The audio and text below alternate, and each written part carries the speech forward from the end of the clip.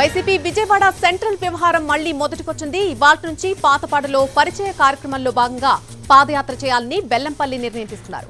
అయితే బెల్లంపల్లికి సహకరించలేమని ఎమ్మెల్యే మల్లాది విష్ణువర్గం చెప్పినట్టుగా తెలుస్తోంది.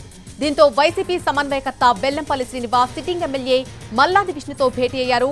విజయవాడ సెంట్రల్ ఇన్ఛార్జిగా బెల్లంపల్లి నియమించడంతో ఇక్కడ విష్ణువర్గం ఆయనకు మొదటి నుంచి కూడా సహకరించలేదు. అటు విజయవాడ సెంట్రల్లో వంగవీటి రాధాపై పోస్టులు కలకలం రేపుతున్నాయి.